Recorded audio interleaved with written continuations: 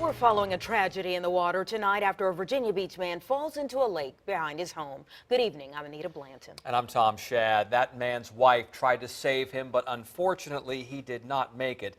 Then at your side's Joe Fisher has been following developments all day long. Joe? Tom, Anita, we've learned the husband was in the backyard cleaning up when he somehow fell into the water. That man's wife jumped in after him, and tonight we're hearing from the neighbor who called 911. Respond to a drowning at 741 Casual Court, Pine Meadows. The call came in around 1 o'clock. Neighbor fell in the lake. He's unconscious. Medics quickly responding to a 71-year-old man who fell in the water. All the lights were flaring. They were they were really running back and forth.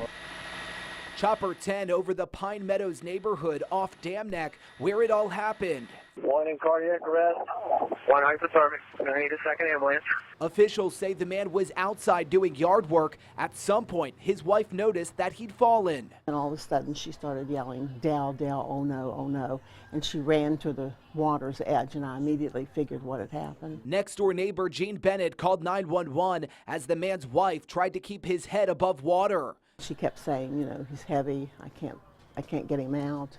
But she was holding him so that she could get his head and his shoulders out of the water as best she could. Those efforts unsuccessful. Officials say the man died at the hospital, his wife treated for hypothermia. Bennett, who's lived next door for 21 years, says the man was a quiet, gentle soul. He was always pleasant. We talked out the back door and across the deck, and he gave my dogs treats and talked to them. And yeah, nice people. She's now hoping the family can find peace. We have to go with however God has handled the situation and rely on Him for strength. I pray I can be some help for his wife.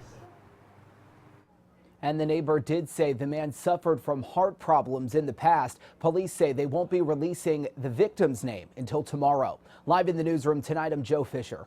10 on your side.